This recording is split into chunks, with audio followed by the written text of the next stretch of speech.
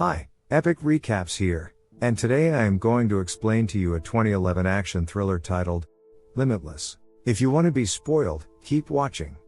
The movie opens and a man named Eddie Mora is in his New York City apartment, struggling with writer's block. Unemployed and unmotivated, he struggles to focus and wastes his days accomplishing nothing.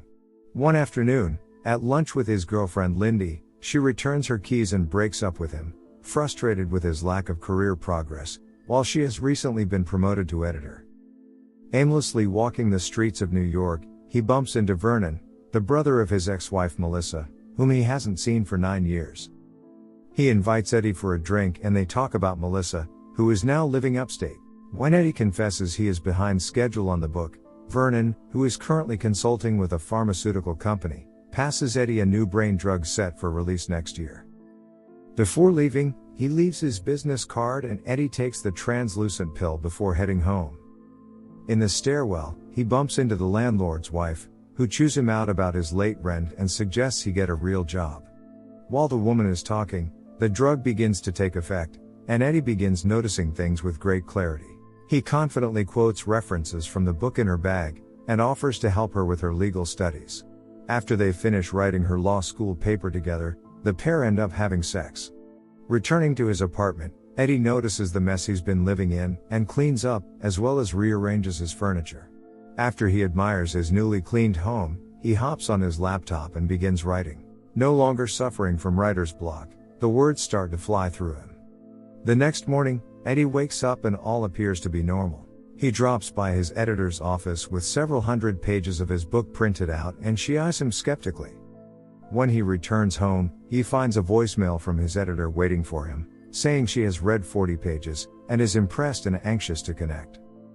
Eddie goes to visit Vernon at his apartment, and he answers the door with a bloodied face, but won't say what happened to him. There to get more information on the pill, Vernon tells him it's called NZT48 and asks Eddie to pick up his dry cleaning and some food in return for another pill. Eddie quickly takes him up on his offer and when he returns, he finds the place ransacked, and a dead Vernon on the sofa. Eddie panics and picks up a golf club, convinced that the killer is still there. When he realizes the place is empty, he makes a panicked call to 911. Waiting for the cops to arrive, he searches the apartment for the drugs, and manages to find a bag full of the pills inside the oven, along with a wad of cash and an address book. At the police station, the detective takes Eddie's statement and they're interrupted by his ex-wife Melissa. He mentions not speaking to her in over 10 years and when he's past the phone, she sounds spooked, explaining that her brother was into some shady dealings. She brushes him off when he suggests they meet and hangs up before he can say anything else. Eddie is eventually released and when he returns home, he pulls out the cash he found and takes another pill. In the weeks that follow, Eddie goes through a complete image transformation, and manages to finish writing his book in 4 days. Popping a pill a day, he learns piano in 3 days, and can speak any language fluently just by listening to it. Able to blend in with any crowd, Eddie meets a stockbroker named Kevin Doyle who hands him his business card and tells him he is interested in working with him. Eddie successfully rubs shoulders with the rich crowd and is invited to a jet-set beach party down south. He zooms around with a beautiful woman in a Maserati and then shows off by cliff diving from over 100 feet. Living the life he could only dream of, he has an epiphany on what to do for the rest of his life but realizes he needs lots of money to do it. Back home, Eddie starts to day trade stocks, but needs more capital and quickly. A cafe owner sets him up with a Russian loan shark named Gennady. The Russian hands him $100,000 but threatens to skin him alive if he doesn't pay it back. He gets a job trading stocks with a firm, rapidly increasing his brokerage account to $2 million, which results in job offers and calls from reporters. At dinner, Lindy is impressed with the new Eddie and is in disbelief when he says that Kevin wants to introduce him to elite entrepreneur Carl Van Loon.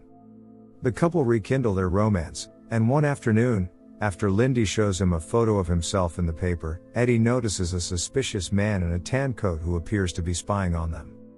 That night, Eddie appears to be out of sorts and experiences a time jump when he suddenly discovers himself in the hallway instead of the bedroom. The next day, Eddie meets corporate raider Carl Van Loon and his colleagues in a restaurant. He jokingly claims medication as his secret, and then elaborates on his knowledge and hints that he's developed a formula that enables him to bet on the hottest stocks.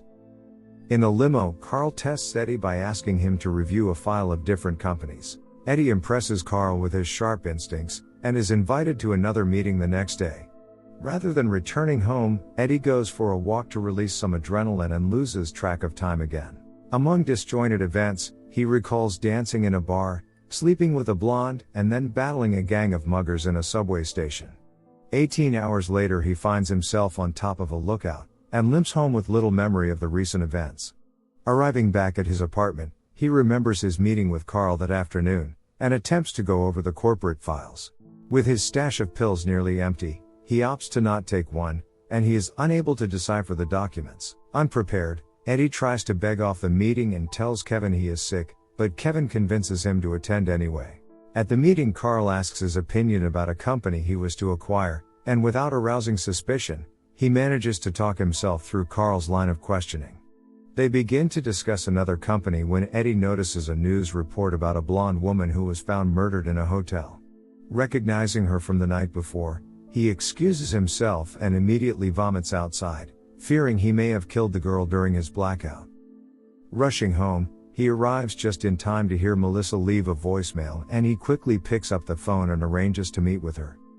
Fearful of NZT's side effects, Eddie tries to find Vernon's other clients to understand more about what's happening to him, but each phone call is a dead end with users either dead or hospitalized.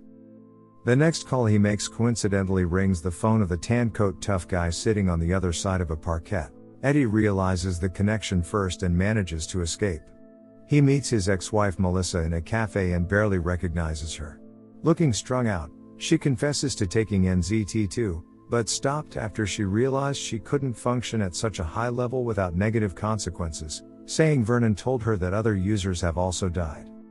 Now off of it for 2 years, she can't concentrate for more than 10 minutes, and her life is a mess and she walks with a limp. She urges him to taper off slowly, warning that cold turkey could kill him. He makes his way home and gets jumped by Gennady, who demands his money from Eddie. With Eddie on the ground, he notices the pill in his hand and decides to take it himself. After he gets his money back, he tells Eddie that the magic pill is making him feel amazing. Eddie, who is sick and broken down, staggers into Lindy's office and confesses everything, admitting he needs the drugs, and tells her he has a hidden stash in her house. Leaving Eddie collapsed on the floor of her office, she recovers the plastic bag herself, but in the taxi coming back, the man in the tan coat attacks her.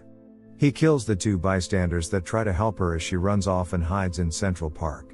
Phoning Eddie, he encourages her to take one of the pills, and under its influence, Lindy fends him off by using an ice skating girl as a weapon and manages to escape.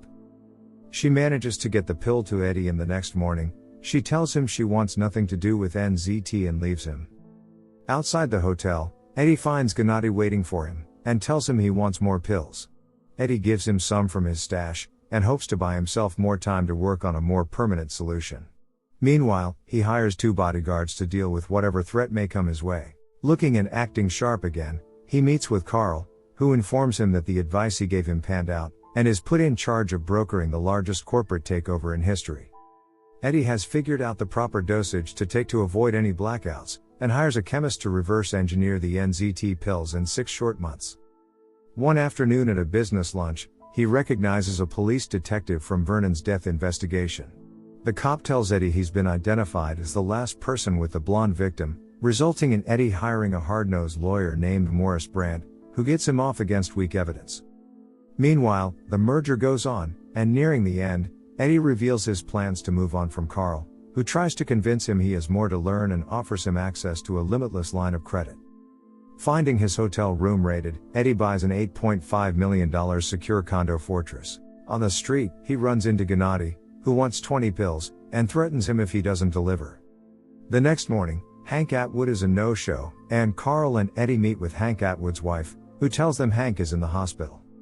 She tells them that the deal will close when her husband recovers. Outside, he notices Mrs. Atwood's scarred limo driver is the same man who attacked Lindy, and realizes Atwood must be an NZT user as well, who won't get better because he's run out of the pills. Meanwhile, Eddie must go to the police station and stand in an ID lineup, but his lawyer manages to get him released.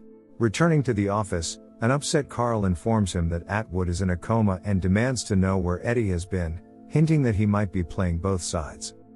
Eddie begins to feel the effects of the drug wearing off and excuses himself to take a pill, only he finds them missing from his pockets. A box arrives addressed to him, and opening it, he finds the severed hands of his 2 bodyguards. Grabbing the box, Eddie rushes out, leaving a fuming Carl behind. At the home, Eddie watches as Mrs. Atwood appears on the news, along with her lawyer, who turns out to be Morris Brandt. Realizing Brandt was the one who stole his pills, Eddie begins to hysterically laugh and stops when he hears an alert on his alarm system. Investigating, he sees the Russians coming for him on his monitor. Eddie goes to the balcony edge, ready to kill himself rather than succumb to their painful torture. He suddenly remembers where one last NZT pill is and retrieves it, only to lose it as the Russians make their way in. Gennady pulls out a syringe and shoots up his own last pill, which he formulated into liquid form for a longer effect. He taunts Eddie, who catches him off guard when he gets up and stabs him with a knife that had fallen on the floor during his search. Eddie manages to kill Gennady, and out of desperation, he laps up the dead man's NZT-enriched blood. When the other 2 Russian thugs return to the room, Eddie manages to blind one of the men, and after a struggle with the other, he confuses the blind thug, who ends up shooting his friend dead. After realizing what he's done, he looks for Eddie, who runs him over with a grand piano. Arriving at the hospital, Eddie learns that Hank Atwood has died, and he convinces the tan coat man to help him hunt down Brandt, who withheld the pills from his dead boss. Eddie ransacks the attorney's safe and lets out a sigh of relief when he finds the lost pills. The scene jumps to 12 months later, and Eddie is running for the US Senate. He gets a surprise visit from Carl in his campaign office, and though warm at first, Carl hints that he knows how Eddie has done it, and has subsequently shut down his NZT lab and absorbed the company that owns the patent. Carl tells him he will guarantee a limitless supply in return for some future inside information. Eddie walks him out, and drops the bombshell, that he no longer requires NZT and has been off of the drug for months. Carl tries to catch his bluff, and Eddie proves to him that he's no match when he rightly predicts a collision before it happens. A defeated Carl drives off, and a triumphant Eddie decides to walk to his next meeting. At an upscale Chinese restaurant, he orders his food in fluent Chinese and notices Lindy's bemused stare. "What?" he asks her with feigned humility. The end. Thanks for watching. If you enjoyed the video, leave a comment down below. For more movie recaps, don't forget to click the like and subscribe button. See you next time.